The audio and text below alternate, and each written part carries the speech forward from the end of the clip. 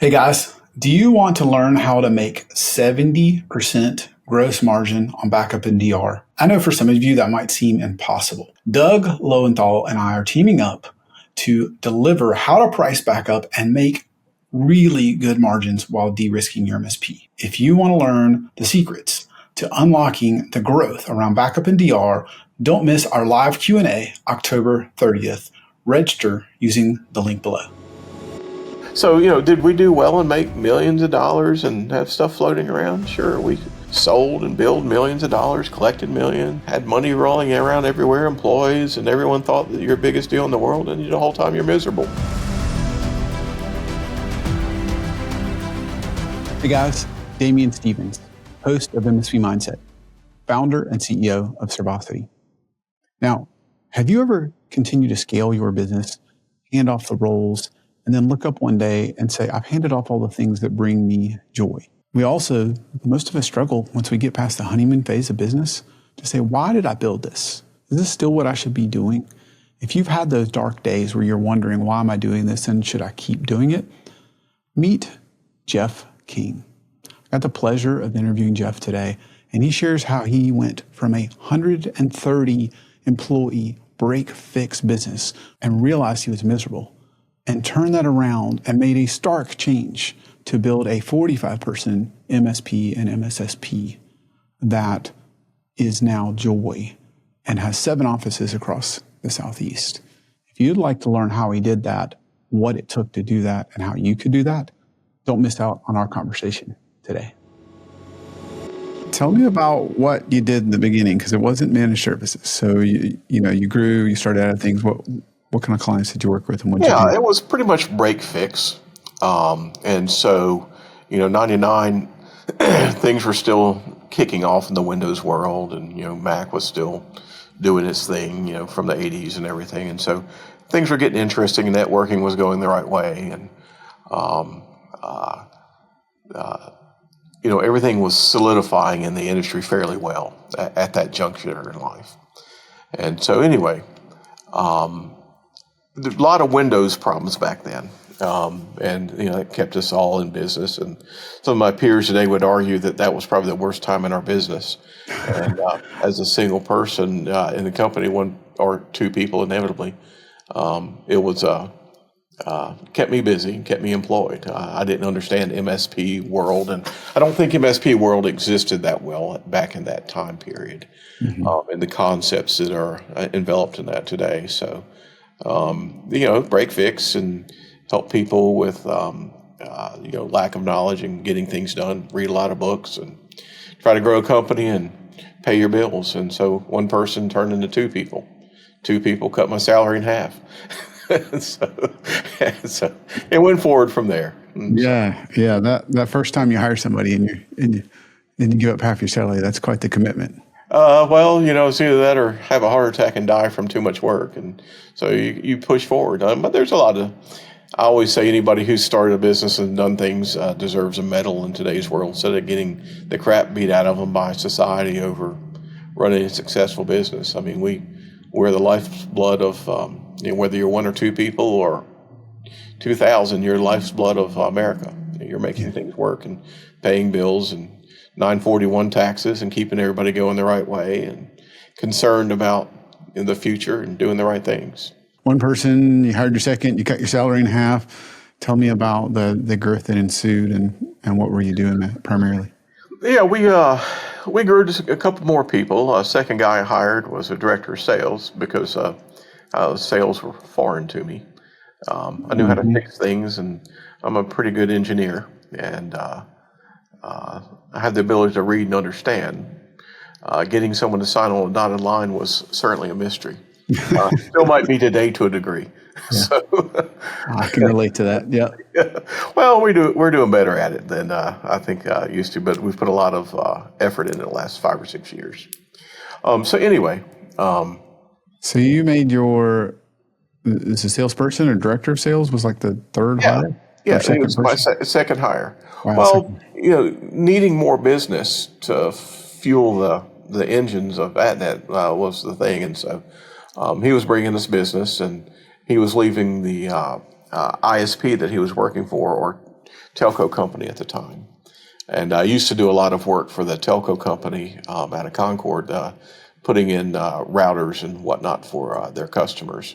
And that's when no one understood how to fix a LAN and set up computers to go in and out without a great deal of expense. And so I always got those jobs, and they were bringing me lots of business. And so I decided that was a good thing to start bringing us more business. And it's been a very good relationship, still with me today.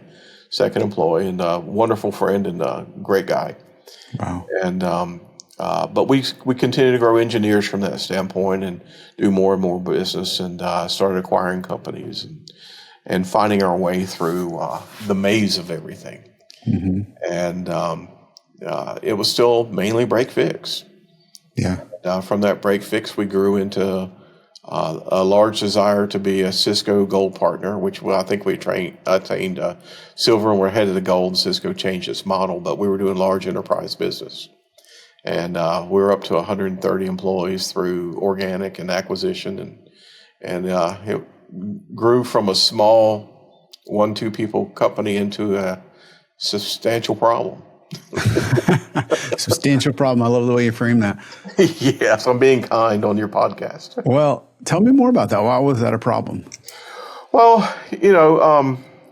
through our growth, and was mainly around 2007 to 2009. And if you know anything about the economy or can reflect on that, very bad time to grow that substantially and take on some debts associated with it. And we had a lot of contracts with the government that they canceled at the time through public sector that we had won. And it was, quite a big impact. We had about $15 million in contracts canceled in 1 year. And $15 million in a year? Yeah, in 1 year. Yeah, that was substantial. It was that would put most any business out of business. Well, I always tell my second in command, Joel, that we went out of business. We just didn't know anything else to do. Too stubborn to give up. Well, what else are we going to do? Just keep on pushing until we plugged along. And but what we realized through that journey was that I don't feel that we're doing the right things. Everyone's goal of owning the most stuff in life, you win. Is that the little saying somewhere along the way? That's not true. The more you have in control, if it's not in control, it's a problem. And so, I can't control customers. Yeah. And we certainly do as they ask and try to do that, but they come and they go, and the realization that the government can just cancel contracts and other customers too was quite enlightening. Especially when you chase them for 12 months and spend a lot of money to get each one of them. Right. And so, any event, we decided that's unhappy times, and we had a lot of employee issues at the time.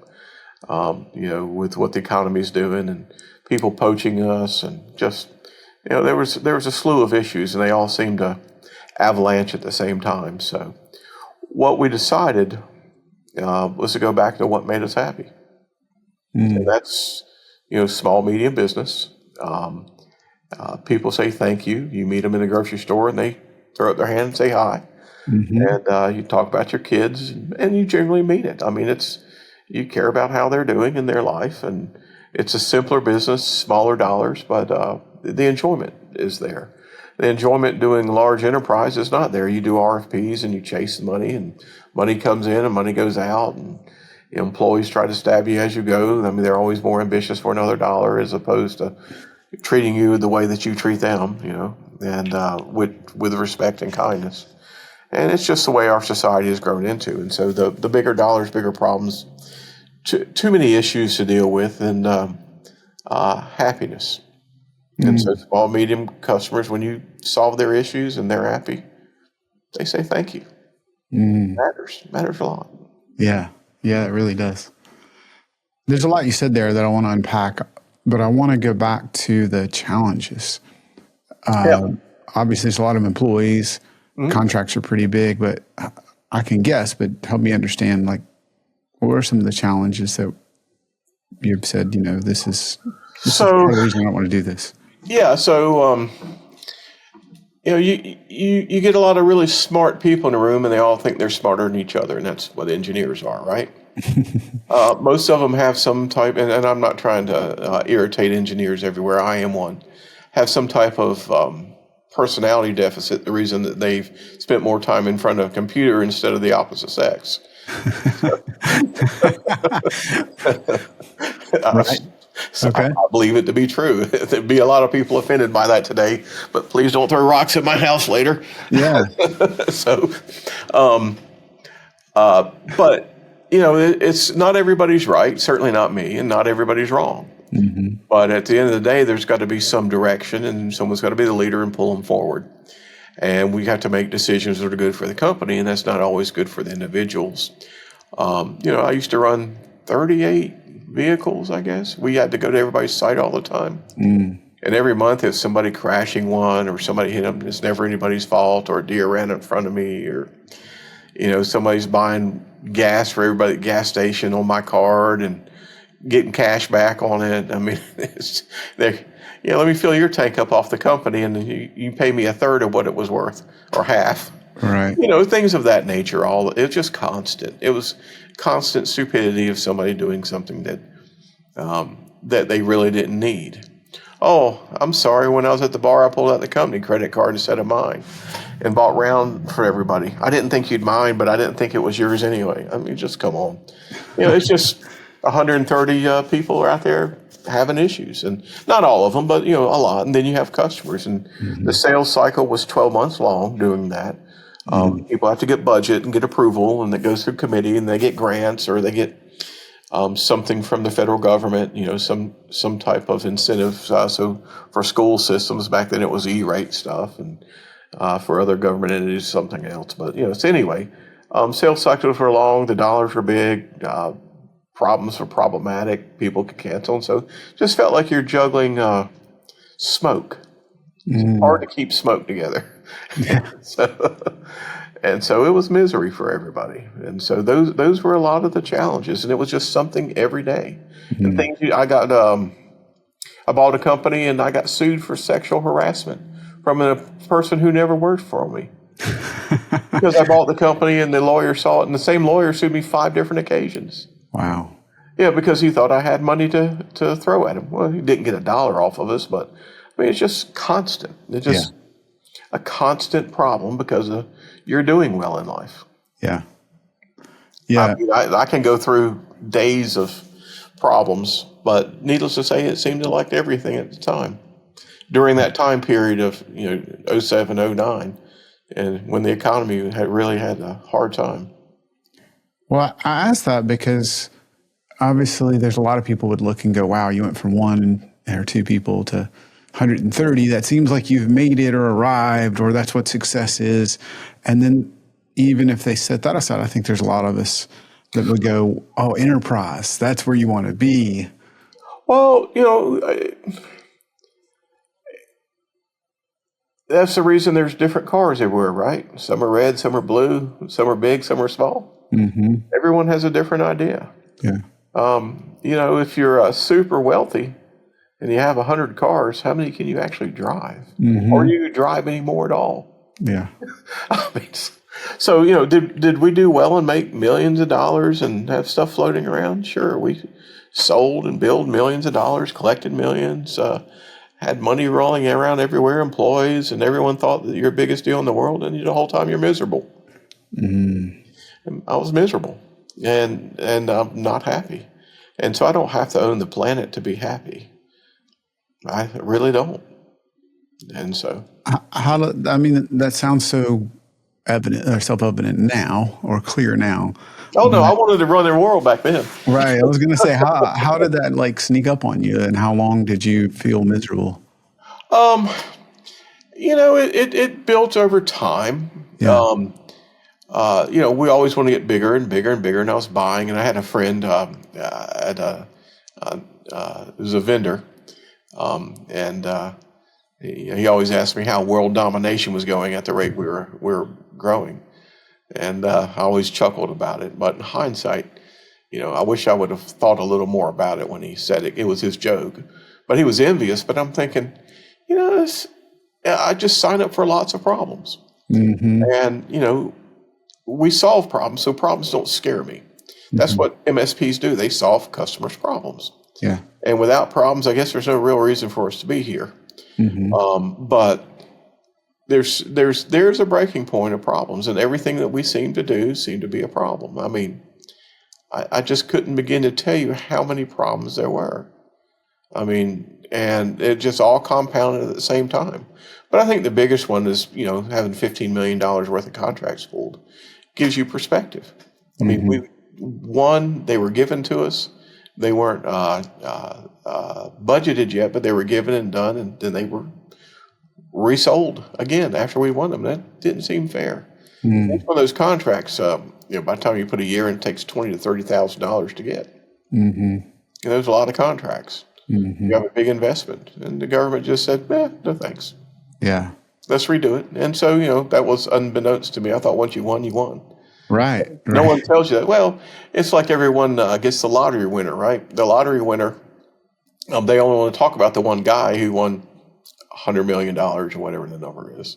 They don't want to talk about the 300 million people who spent $10 and lost. Yeah. So, people don't tell you the horror stories and the bad parts. And so that comes with the experience. And so knowing both sides of the coin, what it is to get big and have problems.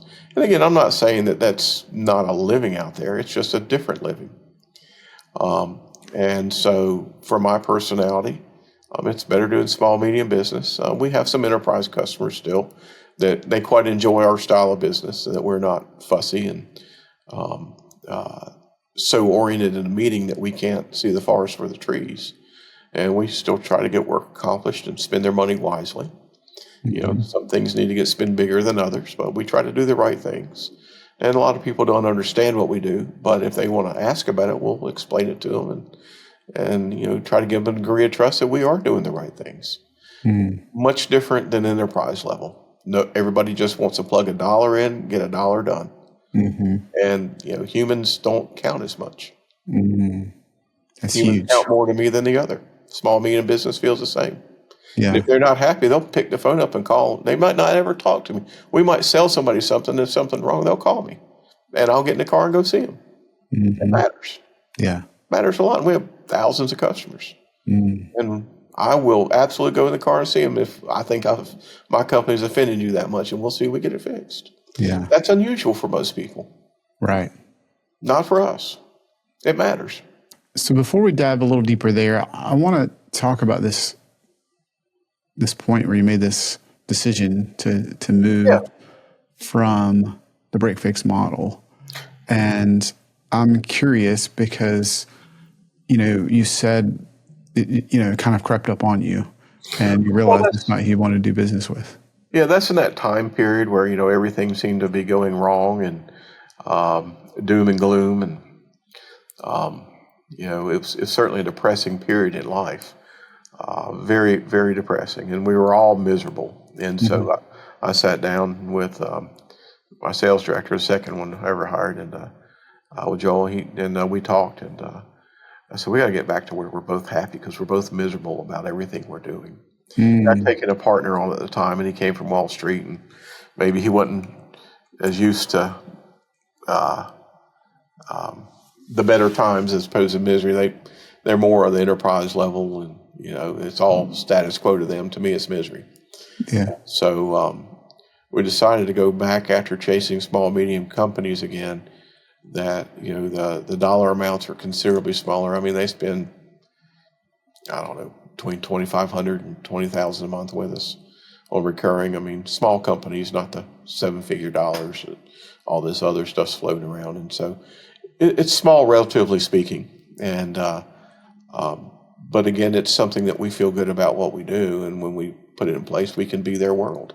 So we either are their entire world, or we do a co-managed situation with somebody on staff or the owner. And so we started rolling after that, and it felt good. It felt real good to go see those type of customers again. And I remember one of them saying that I came off the mountain. And I was like, I didn't feel like I was on the mountain. We were just doing what we were doing. And he's since retired. Really good guy that was with us for a long time. They still are. His son's running a company now, and so we still do a lot of business with them. But at the end of the day, it's just nice to have people that you generally can say the right things to and not be fearful that you're going to offend somebody, and the different cultures of the world that are all politically correct, which I'm probably the least politically correct person that you may know, but it's more for a comic relief than it is for actual thought process. But at the end of the day, it was a good feeling to go back and talk to similar business people that had similar things in mind. They just need their company to work and computer systems to stay up, and so they could do their jobs and pay their bills. Yeah. And it was that during that time period, and that was the revelation that what was happy about the company. And I sat long and hard about it. We have a pool table in the office that I used to spend a lot of time with back then. I hadn't touched it in 10 years now, but I used to spend a lot of time back then thinking about what I was doing right and wrong, more wrong than right, and I'm my own worst critic, generally speaking. And it was during that time period I decided we got to get back to where we built this company from, and the people that brought us here, and when it felt good. That's really all it was. What is that happiness point? That is all medium business and doing. And again, back then it was doing break fix for them, but trying to get involved in standardizing services and everything. Before we really, MSP had just started around that time period, but before it really got solidified through a couple of organizations have done a lot to bring it along. A gentleman by the name of Gary Pica, who's done tremendous amounts to bring the MSP world into some type of cohesion, and which we follow all their stuff, and we're part of the peer groups with that, which it's really a great organization. It shows professionalism and helps us understand how to do things better for our customers. So we've gotten to be big into that, and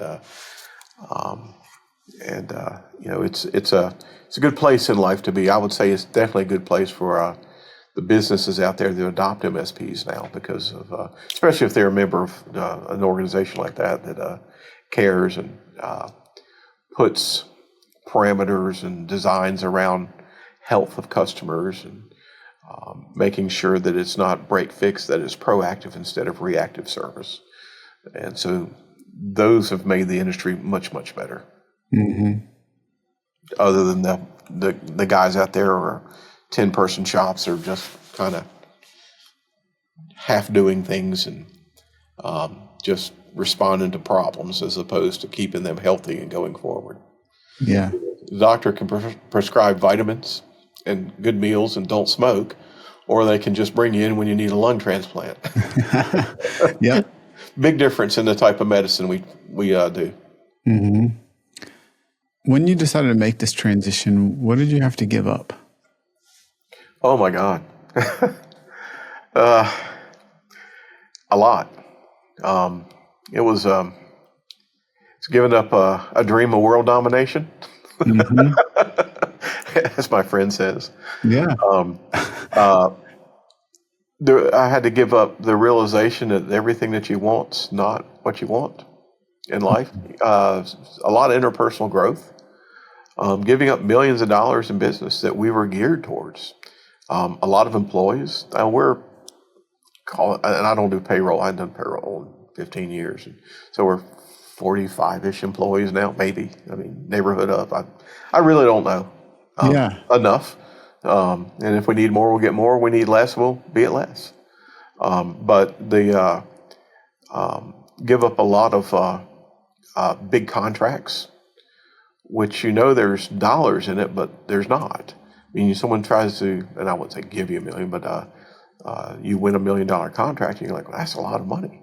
But then you look at the risk, the capital outlay, the risk on installation, the risk on timing, part supply chain, manufacturing, defects in software, That can cost you all kinds of stuff, not your fault, not the customer's fault, but no one takes credit for it.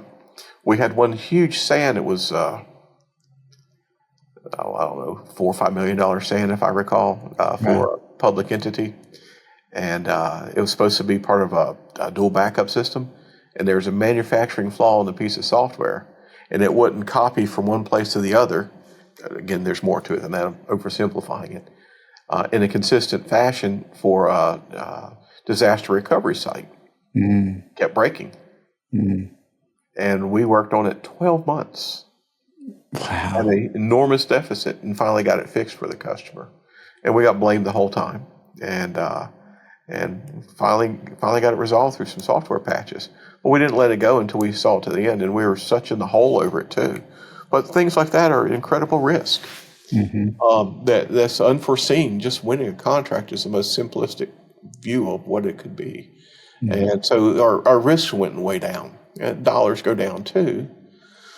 But, when you're trading millions and millions of dollars and the bottom line's not improving, it's a problem. When you're trading a whole bunch less and the bottom line improves every month and there's money in the bank and people are happy, isn't that happiness? It's not the big figures. With more comes problems. At my stage in life, I want less things, more money. Things, simplistic things, more family time and those things. But it's buying more companies is probably not in the future, and enjoying life is. And so we've changed it into something enjoyable.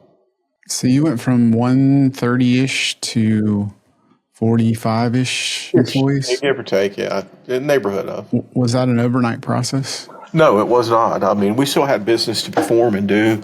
What we quit doing is bidding on public sector, and those people went away on their own. We didn't fire anybody over a reduction in it. We did it organically, and we backed down slowly. We still had customers to take care of, but when you quit bidding, then those services go away. Other manufacturers are always pirating us. We had to keep a big skill set and a lot of certifications.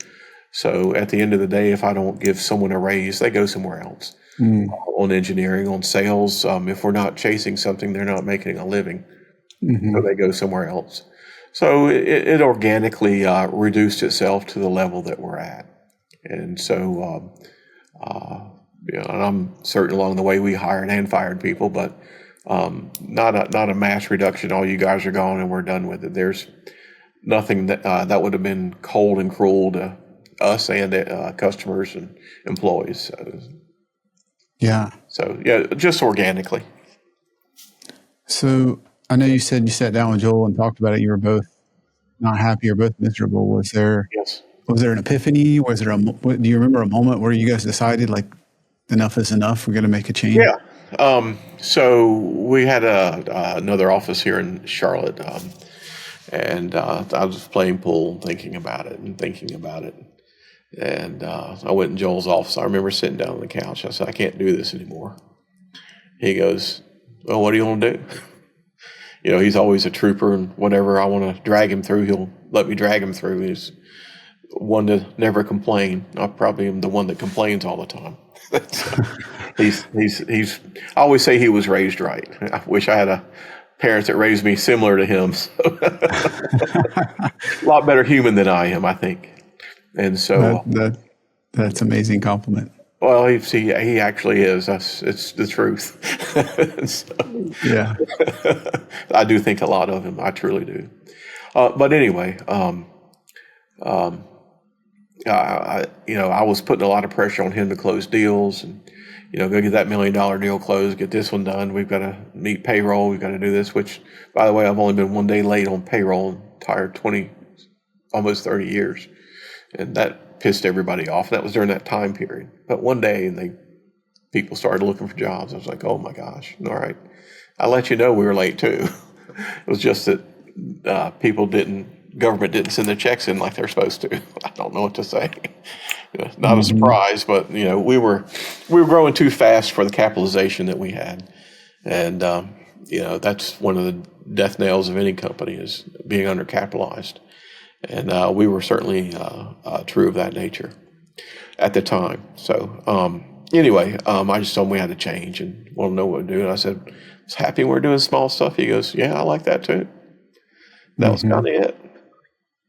And Wow. so we started selling towards other people. It was no more formal than that. And we didn't have some great big party that was changing. Just Joel and I were running the place and had, again, same partner, but I don't know that we got to move really involved. We said, we're just going to do it differently. And we start selling other stuff. Sales are sales. I don't know if he got that involved in it or cared that much in it, or maybe he does. Never said. But we started selling to different people, and or continue to sell different people. As it fits the marketplace that we're in. And we've adjusted multiple times in the marketplace. We've adjusted in the last 5 years to the marketplace and, with what we are today. And so, again, we'll continue. We're IT services company. It's always going to be a need for us guys, even with AI and everything else. I mean, there's still a good size need. Absolutely. Was there a time that you realized this was making a difference in terms of your quality of life or happiness? Yeah. My wife, she told me that I was miserable. She was concerned about me and all those things. And it took years for me to get back to where I felt good and didn't blame myself for the growth we went and all the financial troubles that we had in that time period. I guess in a way I still blame myself for allowing us to get into all those troubles at that time. But I'm not an economist, and I couldn't predict the economy at the time, and I was head down working, and didn't know the contracts weren't as valuable as I thought they were that we had. And so, I had a lot of learning curve to do, but the unfortunate side of that learning curve is had 130 people in my responsibility. I can get through things not working for me. I can't get through not being responsible for the people that I employ. And so that was really the education that I got through it, and the understanding. And so it took me a while to get over all that. It really did. And to get through it. And, I almost put us all in a train wreck.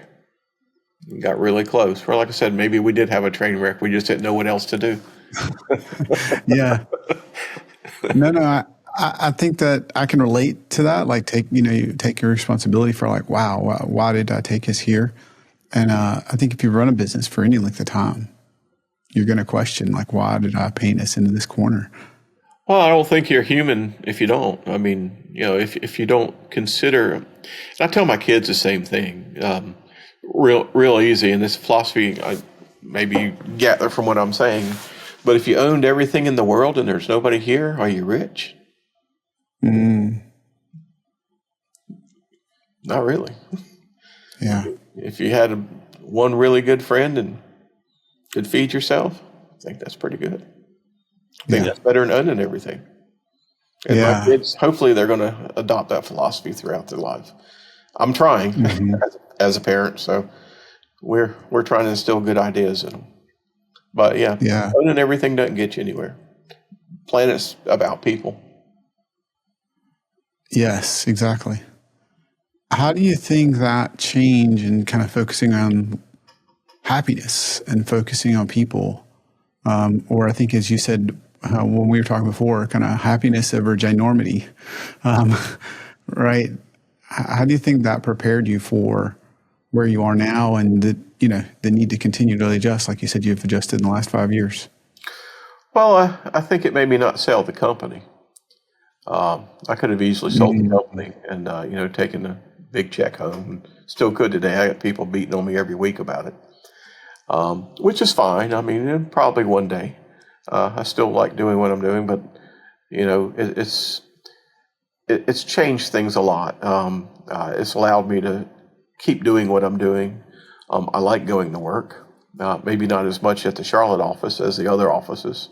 This office, too much traffic. So, change my office to a different place next year, I think. I can work from anywhere, so just Charlotte's going to be a bit much. but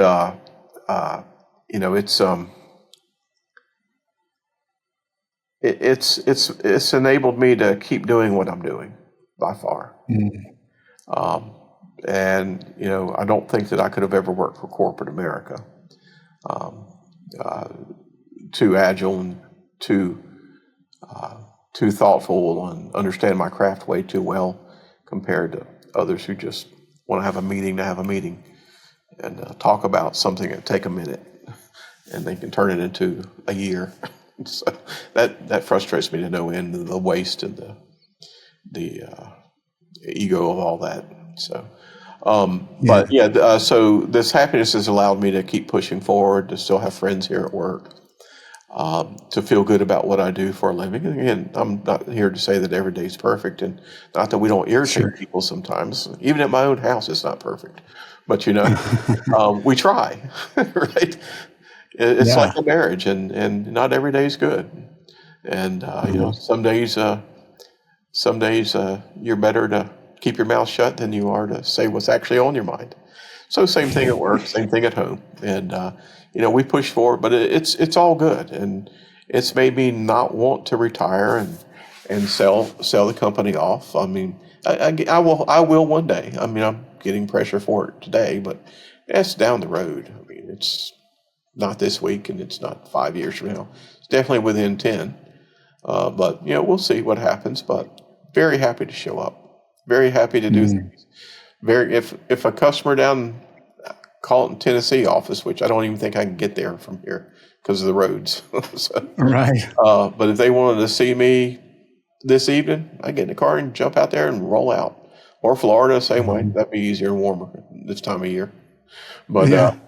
we do what we have to do to make sure people are happy and do that. And I truly enjoy it. I enjoy the prospect of us making their problems go away, them not having complaints, so long as they follow our prescription or that we have. Things roll fairly well. Mhm. If things aren't right, I'm available. I don't hide. I'm on our website. I mean, my number is available around the clock, and I rarely get those calls. I always challenge everybody. You can call me at 3 in the morning, I'll answer. But no one does. They don't want to be up because we don't have those problems like we used to. So, Yeah. so happiness is all those things. To answer that, it's a long way to answer your question, but it's allowed me to keep on going. Yeah. Yeah. I mean, I've seen too many people sell their business or even just give up because it's so easy to build something that you ultimately grow to hate, that you don't want to come in the morning. I was there. I was there doing the Mm. enterprise level, 2008, 9. I mean, I was miserable, and I'd lost a lot of weight. Um, and my sister thought I had autoimmune problem, Mm. and I was just depressed and miserable. And I weighed Mm. 182 pounds. For me, that looks like I on a starvation diet for my size. Mm. It's really bad. And Yeah. uh, my wife was miserable. That I was miserable. Hmm. Uh, just changing things over time, and we knew it wouldn't be an overnight thing. But it's hard to steer a ship that big. You can't just throw away that much money and be nothing. So we slowly started picking up customers and steering it, and it corrected itself organically as we pushed our Mm. sales the right way. And so that was kind of the plan. There was no master plan that we're going to hit these goals and remove this customer or not do that contract. It's let's go sell over here and things will correct themselves over time. That's all. What impact is this, what I would call putting happiness over revenue or vanity contracts? How's that had on your team? Well, the team we have today, except for the ones that get it and everything, are the different team. So Mm. we've switched all the sales guys because they were wanting to chase big things. We switched a lot of the Hmm. very high-end engineers that just wanted to do called when we were a Cisco shop. I just want to do firewalls, ASAs for Cisco, or I just want to do route switch, which was Cisco's core that brought them there, and I'm a route switch guy, and or I just want to do data center work now. And so there's people that specialize within our industry for just those segments, and they've moved into probably manufacturers, not necessarily other MSPs. They were a little too high end for that, but a lot of the manufacturers absorb them in and take them over. And or some of the really big guys like Presidio would come and run through us and suck those guys up. And so Bank of America used to suck a lot of them out on this too. They pay them double rate for 6-month contract and then fire them. It's always something here in Charlotte to get through it, but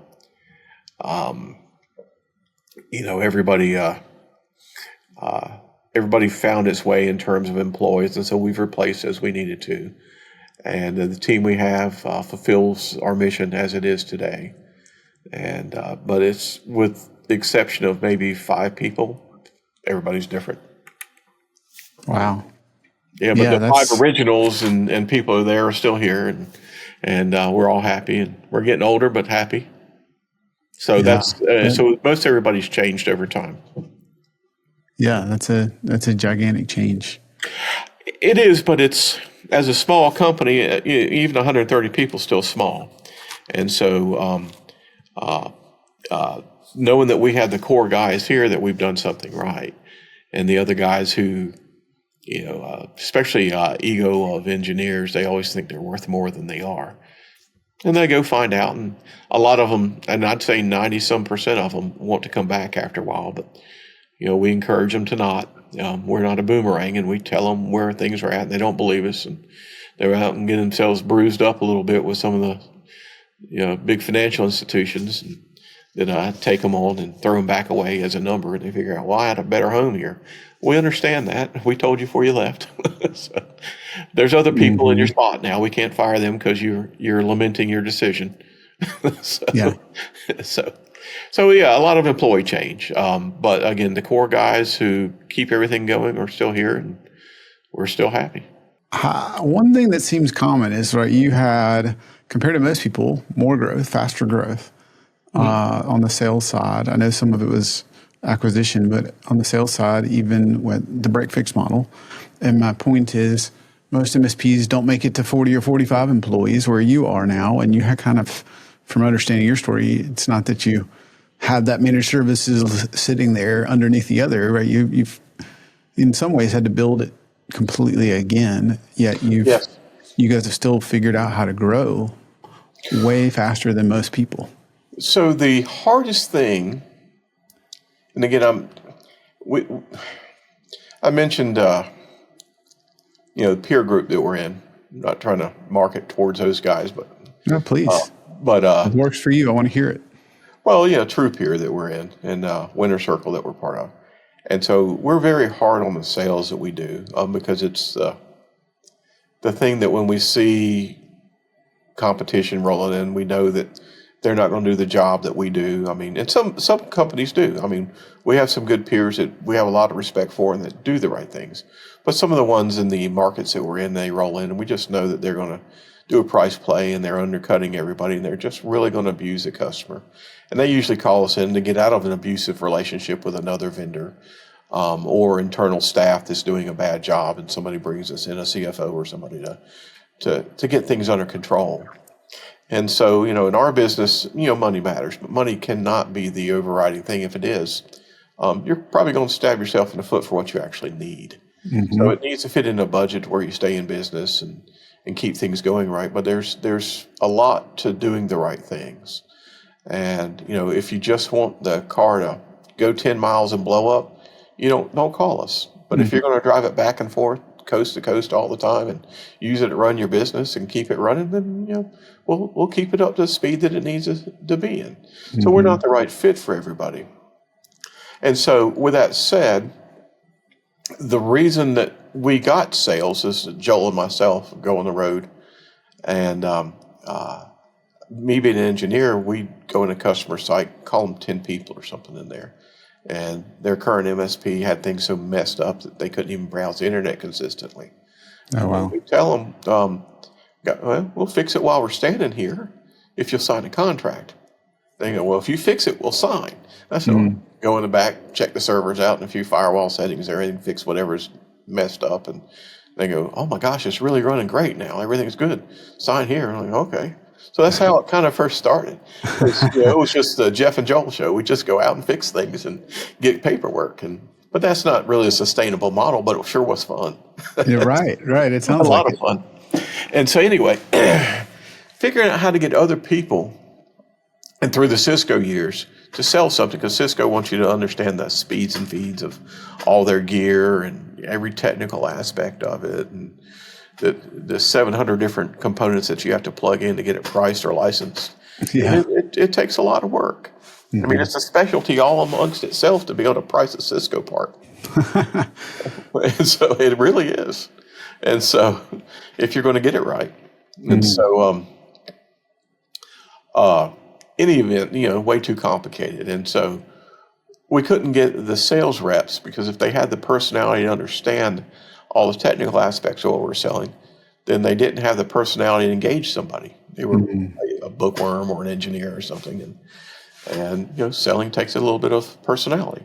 And you can't be shy. Shy salespeople starve. Right. So we generally hire salespeople without, let's just say, good social boundaries. They're in everybody's business, and they don't hear no. They hear, oh, so you said yes. So those are great salespeople. A little irritating sometimes, but great salespeople. And so we really didn't understand how to get sales worked out. And we were hiding from everybody as long as we'd been in business. And so over the last 5 years, we've really changed our philosophy and model.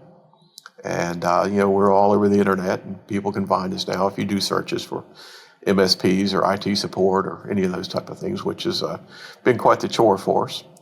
But I think we're pretty successful at that. So from the SEO standpoint, from the sales standpoint, we've got sales guys who are outside, and then we have inside sales guys calling. And so we do that, and we do several other things from the marketing standpoint to keep us going. So we've approached sales as if it was a problem to solve, I guess, from an engineering. And not that we ever approached it that way. We just, sales aren't going well. So back to our true peers, I was trying to wrap into this. We seem to keep getting awards for selling more than others. I'm going like, how's that so? Because I don't feel like we are. So I don't feel like we're doing as good a job as we should, but we are. I mean, we do apparently, well as a company. And I think we're hitting on a lot of cylinders. It's still not what we want, but we keep adding 6 figures of MRR to us every year, and it's a lot.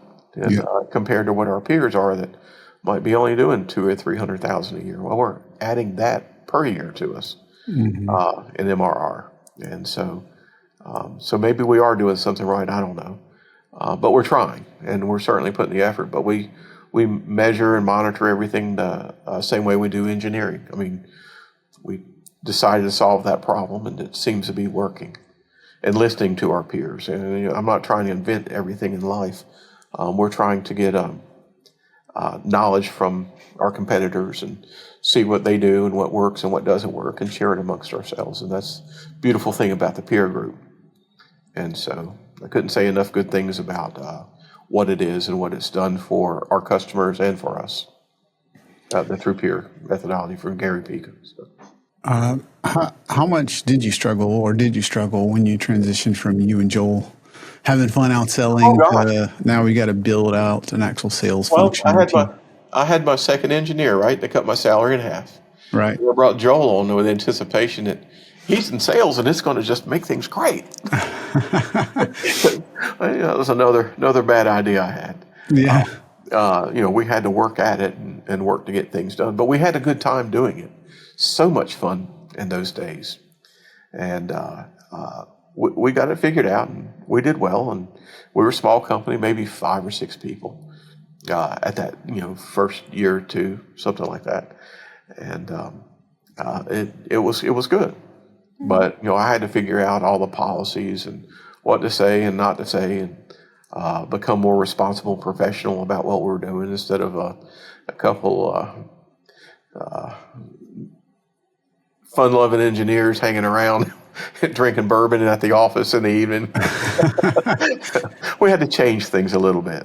Yeah. And so, had to grow up a little bit, if you would. And so,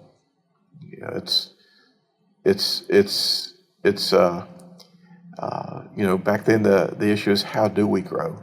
Mm-hmm. And, it's only two ways, either organic or acquisition. And so organic went at the pace it did because we didn't know what we were doing so much. We could sell to people, but where do you find those people? Mm-hmm. Who has a need? And nobody knew how to find us. Yeah. We hid most of our existence as a company. Mm. But we got in bed with Cisco, and that helped, and we started acquiring a couple companies, and a few mortgages later, and throw more money at stuff, and things were fine. Things were growing and off to the races, and we had respect of a lot of people in the industry, and I didn't think so. I just thought we were struggling like everybody else. Right. Right. When you were building this up on the managed services and managed security services, how did you crack that code from the individual selling to other selling? Yeah, well, for managed security services, the world's changed, right? Mm-hmm. And so, in looking at it, we've always provided security.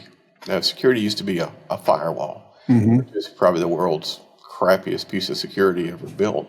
Mm-hmm. But a firewall was it, maybe a VPN from your house back to the corporate office so that you get some files. But that's just about the most lackluster way of doing something in today's world that you could do. And, as security became more and more and more, I started investing more and more of my research and time into understanding what the problems are and what we're seeing, what manufacturers are doing and not doing. And so about 5 years ago, we started on, Joel and I started on a little quest to start bolstering our security stack within the company. Security stack is all those products and services that we use to keep malware, anti-X out of there, remote workforce support, encryption to FA, backups, all those kind of things.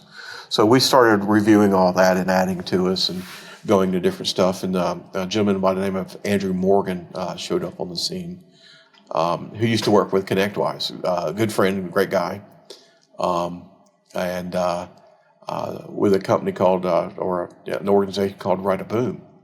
And he's been doing webinars on monthly, or weekly, every Monday on Cyber Call. And then once a year he has a big show somewhere. And this is his third show coming up, I think, which is just exploded. And the amount of vendors are there, the amount of knowledge you can learn.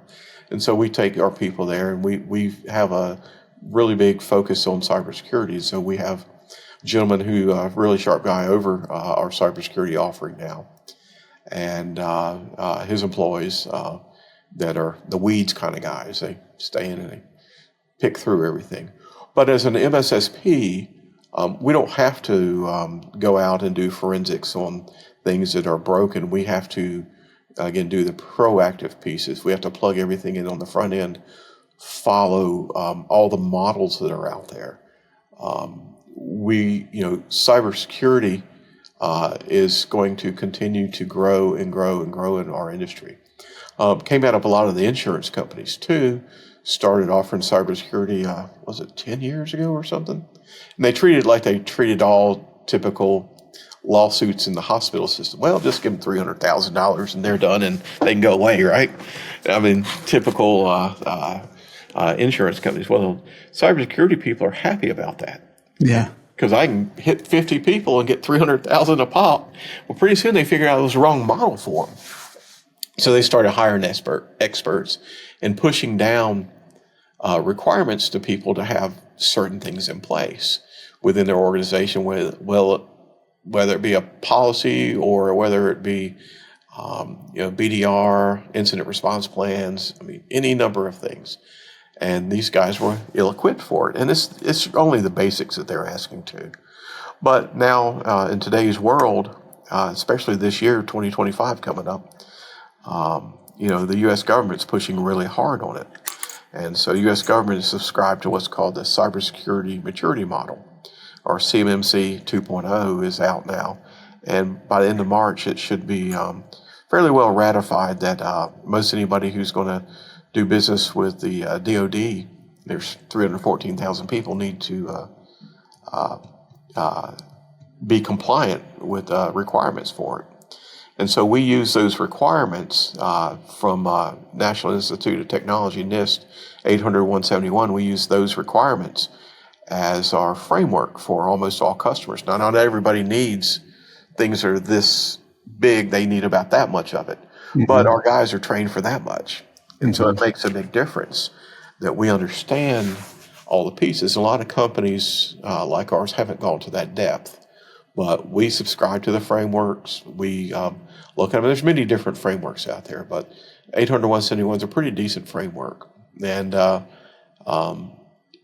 so we pick and choose what we think our customers need, what fits their budgets, fits what they do. And so cybersecurity is rolled into more than 50% of what we are. Wow. It's a big deal. So the MSP side is still going strong and doing its thing, and we're fine with it. We don't have all the customers who want to do that. If you're a 10-person company, it's much more the anti-X and a backup. You don't need a whole bunch more because you can't afford much more. Yeah. Which understood, and this is what you get, and you can pick and choose. If it doesn't fit you, it doesn't fit you. We're not forcing people. But there's a lot of bigger companies, and you've got a different footprint and more to lose and more at risk. And one of the things that we tell everybody, it may not be valuable to other people, whatever it is that you own that they're after. But if it's valuable to you, then it has value. Yeah. I could care less if you gave me all your files. I'm not going to look at them. Right. I used to have customers accuse us of reading their files. Why would I? I have a life. I don't want to. Yeah. Got other things to do. Oh, good for you. I'm glad you have some files. You're falsely paranoid. Right. So to answer your question, cybersecurity is and will continue to be one of the major aspects of what we are as an entity. I want to switch gears and ask, what's the biggest lesson you feel like you've learned in all your years of business? Caution. Absolutely caution. Used to be a bit of a rebel and wasn't afraid of getting hurt, and too many things didn't hurt me, even if they should have. So a lot more caution. That's the lesson. The ambition that I owned back then is not the ambition I own today. And it's absolutely be cautious and understand more. And if you think it's going to hurt, it probably will. If you had one thing you could do over or do differently, what would it be? Gosh, I don't think there's one thing. I think there's a lot of things. I think there's a lot of things. Narrowing that down might take a while. I get it. I've made several good sized mistakes, and so, you pay for those the rest of your life because you think about them, and so caution. That's the thing the mistake that you should, I'm not trying to discourage people from not taking chances because, risk reward, right? No risk, no reward. I mean, you look at what Elon Musk has done with all the risk he's taken. Almost put himself out of business. SpaceX blew up all the rockets, and let's just do one more because I'll be out of business if not. Yeah. And it worked. But that one would have changed his whole life, and he would have been a sad little piece of history for us. And now he's up in one of the wealthiest guys, right? Right. Not just because SpaceX, but Tesla. But anyway, more modicum of caution and understanding the risks a little bit better. And I certainly didn't, nor did I have mentors help with that. But maybe they wouldn't have known either. But a little more caution, but that comes with experience and maturity, I think. And so that's still the same answer, I think. Even though the details of that, there's a lot of details that I will not mention on this, but more caution. How would you apply that practically? Like, how do Oh you? gosh, understanding some of the contracts you get into, some of the ramifications, the decisions, ability to get out of the problems that you cause yourself. Make sure we preach the same thing to customers. Your best save your company is make sure that you have the right backup. I mean, everyone says, "Well, I've got a backup." Well, what's the first thing cyber guys go after is the backup. Yeah. And so what we call immutable storage, a lot of people don't know about. It's immutable. It can't be changed. We can't Yes. change it. You can't change it. They can't change it. The company that it sits at can't change it. It's immutable. Mm-hmm. So it is that copy that is indelible, and it is what saves your life. Mm-hmm. And so we do a lot of those things. And I didn't practice as many of them, but that is the whipping. And the biggest regret I always tell my wife is I can only live one lifetime. With all the beatings I've had, I've got a lot of experience, and I can employ that now. Yeah. Wish I could live several lifetimes because I won't make the same mistakes again. Yeah. So, Yeah. Yeah. one lifetime is my regret. So, I can relate to the making many mistakes. yes, sir. We've known you guys for years. Fully. And everything that we do on the backup side is immutable. And I remember being an early adopter years and years ago. And it was interesting to me how few people would do that when you kept seeing the same ransomware do the same thing. Yeah, well, it's a cost, right? And if you don't really understand the risk, and that's one of the things I've been saying through this, if you don't understand the risk and the value, and business impact analysis is one of the first things you need to start with everybody. What's it worth? If it's not worth anything to you, then why would you worry about it? Mm-hmm. But if it's your business and it's keeping you running, and there's reputation costs, there's actual financial costs, there's employee costs. You would be surprised, or maybe not, how many employees get pissy if you get ransomware and you're shut down for a couple of days. You start looking for jobs. We have customers that that we come into in the tail end that they had somebody else that goofed up. We get asked to fix them. Employees after a while are like, I can't be here. I won't get paid because they can't run their company right. Mm-hmm. I mean, it's everything and everybody. There's just a big fallout from just having ransomware. Mm-hmm. I mean, it's more than what a business owner wants to think about the cost of. Yeah. And for them to sign up for $1,000 or $2,000 or whatever it may be to run all their data up, that they're just files we work on. We don't care. Mm-hmm. But if you can't access them and everyone's sitting around, it causes more than just lost payroll. Mm-hmm. I mean, it's not good. Yeah. So it's understanding those costs, and is it worth the dollars? And again, back when I was a few people, a couple grand made a big difference. Yep. And so I understand a lot. Mm-hmm. And it is what it is, and so you can't afford to do everything you want. Mm-hmm. What's the biggest thing you're looking forward to in the industry now? Yeah, I still think it's security, and I think our peers need to get on board more and more with it. I think that there's a calling out there, especially people like Andrew Morgan, to get them along with things. And I think security is a huge thing that they're not doing their company as an MSP or their customers the right service if they are not adopting that and making sure that they're doing all they can or offering. And they don't have to try to sell somebody on. That's not the issue. Here's what the potential is, and as a business owner, make your choices. Mm-hmm. And here's what we see, and helping guide those businesses. And we do a lot of business guidance with people if they'll accept that. I mean, it's part of our offering that we'll sit down and we go through quarterly with them where they're at and what risks and what we see, what we hear, and what they're doing, and do budgets and make sure that they're going the right way. If they're receptive to it. And a lot of people are standoffish at first. They think it's a sales ploy, and we get business out of it, but it's not. That's not the reason. The reason is keep a long-term relationship and keep them healthy and happy, and keep our relationship healthy and happy. And Mm, so cybersecurity is that piece. mm, They really need to do that in the industry to keep everything going the right way. mm. What's uh what's your biggest challenge right now, where you are in your career? More sales. Same thing it's always been. More sales, and we from an engineering standpoint it's kind of on autopilot. The guys do their thing, and we plug in what we're supposed to plug into. But it's getting sales to work out the right direction and getting people to understand the cheapest people out there.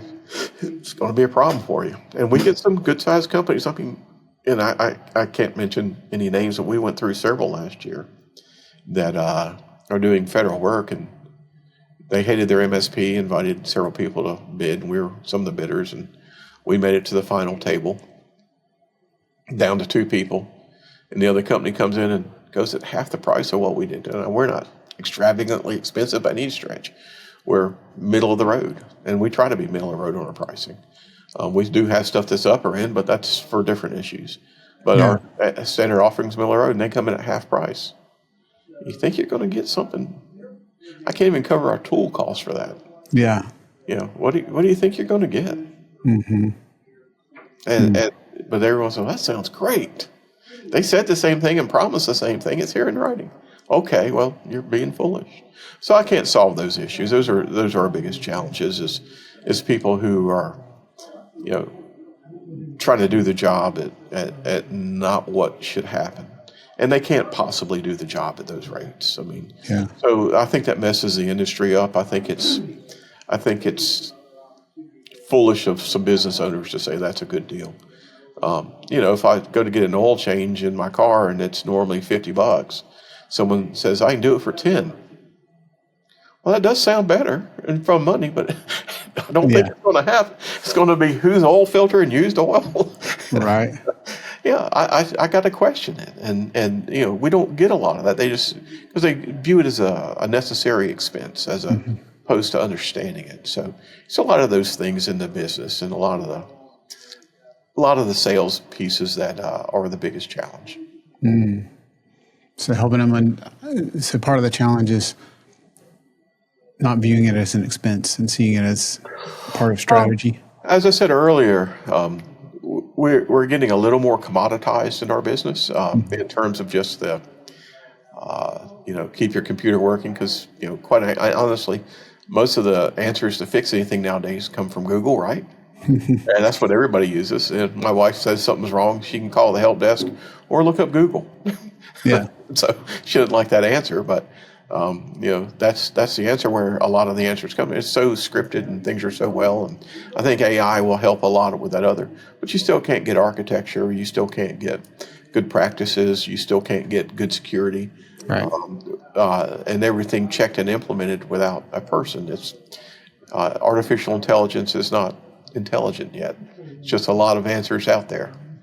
And so AI will do things that are automated and helpful in our industry. So we can do less, or we can do more with less now. When we had all the engineers, and all the cars and everything, we have 5 cars now, maybe 6, I don't know. And engineering staff's way down, but we're doing a lot of business. It's because the tools and everything we can do. So the commoditization of it is inevitable to a degree. I mean, they thought AI is going to replace lawyers, right? First guy got sanctions against him for $5,000 or something for writing a brief and not checking the hallucination of it. Something of that nature. I'm sure I'm wrong about the facts of it, but it's not for prime time yet. But it's certainly if you could replace a few lawyers in life, I don't know that anybody be mad other than lawyers. That's hilarious. It's true. I didn't hear you argue. Especially certain ones. Yeah.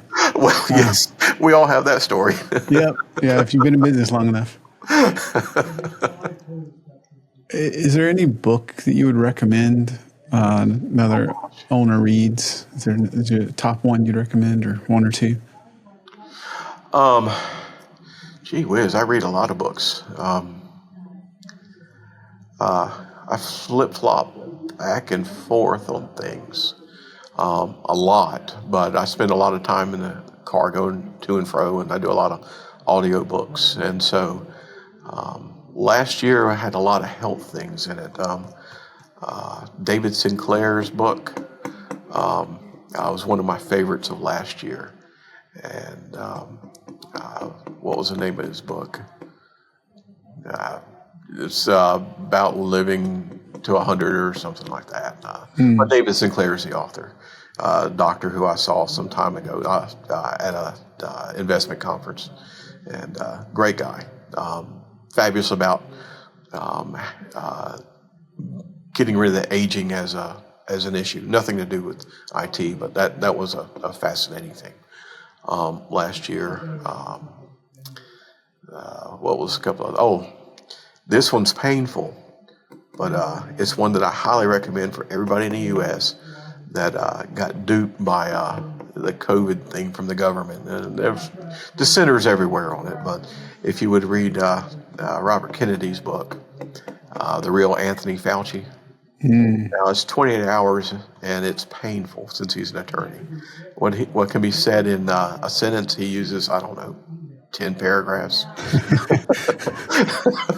I made my sister listen to it, and she gave me a good tongue lashing over making her do that. That's very intelligent person, my sister, and usually doesn't have a problem. She says that was very painful. Painful book, but it does uncover a lot of the things that go on with drug manufacturers, so that people need to keep an open mind and push. And as it does in our business, it does in things for our life. And so those are two books that are of note last year that were really good. And but in terms of IT stuff, don't hurt yourself. Read something else. Yeah. I suggest anything but that. Mm-hmm. That's left up to guys like me that want to be bored out of their mind and read the regulations from the Cyber Security Accreditation Board. Right. Yeah. Or the CISA alerts we read all the time. Yeah. Don't. It's not fun. Yeah. Yeah. A lot of other good stuff to read. But yeah, I read 20, 30 books a year. So, but those two stood out a lot. I love that. Thank you for those recommendations. Yeah, well worth it. I think both of those. So. Well, Jeff, for folks that are listening, how can they connect with you or find you online?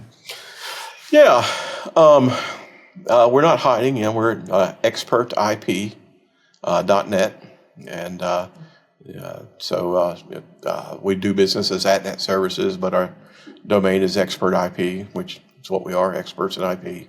So, we're in 6 or 7 offices. Yeah, 2 in the Greenville area, but should count as 1, but it's 2. We have a warehouse thing there. But anyway, we're spread throughout the Southeast. We're not hiding. I think so. I'd like to help people. That's kind of it. And like I said, or just chat about what your problems are. You don't have to spend $1 with us. Happy to talk to you. But we've always been that way. So you don't have to spend money with us to help out people. And we do mean it. It's more than just about $1. It's about caring for people out there and doing the right things. And so we're welcome to help out any way we can. Well said. Yeah. Well, Jeff, thank you for all the advice and the wisdom and the openness. And thank you so much for being on MSP Mindset. Damien, appreciate it. Thanks for having me.